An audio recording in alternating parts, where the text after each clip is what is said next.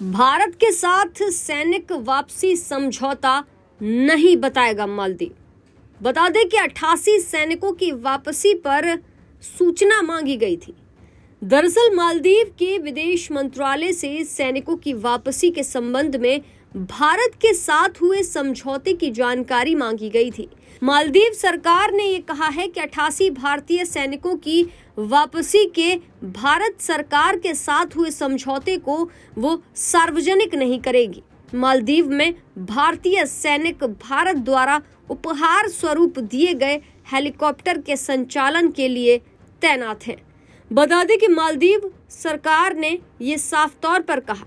दरअसल दोनों देशों के बीच हुए समझौते के अनुसार 25 सैनिकों का पहला दल मालदीव से भारत लौट चुका है और उनके स्थान पर 26 असैनिक कर्मचारी मालदीव पहुंच चुके हैं।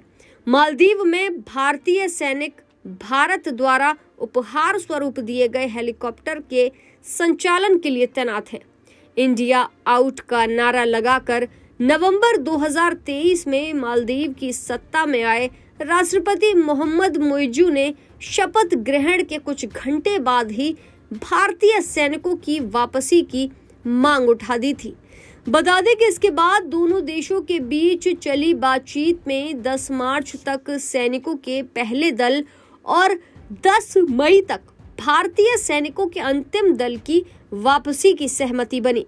इनके स्थान पर भारत के असैन्य कर्मी हेलीकॉप्टरों का संचालन करेंगे। मालदीव ने कहा है कि ये भारतीय कर्मी उसकी सेना के दिशा निर्देश पर कार्य करेंगे। मुइज़्ज़ू को चीन समर्थक नेता माना जाता है और राष्ट्रपति बनने के बाद वो तुर्की के साथ साथ चीन के दौरे कर उनके साथ कई समझौते कराए, लेकिन भारत नहीं आए। जबकि मालदीव के पूर्व के राष्ट्रपति सत्ता में आने के बाद दशकों के मददगार भारत का दौरा पहले करते थे, किसी अन्य देश का बाद में। दरअसल मालदीव के विदेश मंत्रालय से सैनिकों की वापसी के संबंध में भारत के साथ हुए समझौते की जानकारी मांगी गई थी।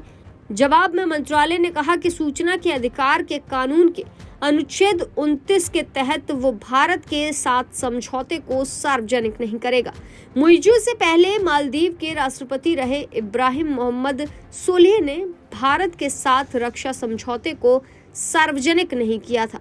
कहा था कि राष्ट्रीय सुरक्षा के मद्देनजर सरकार भारत के साथ हुए समझौते को सार्वजनिक नहीं कर सकती।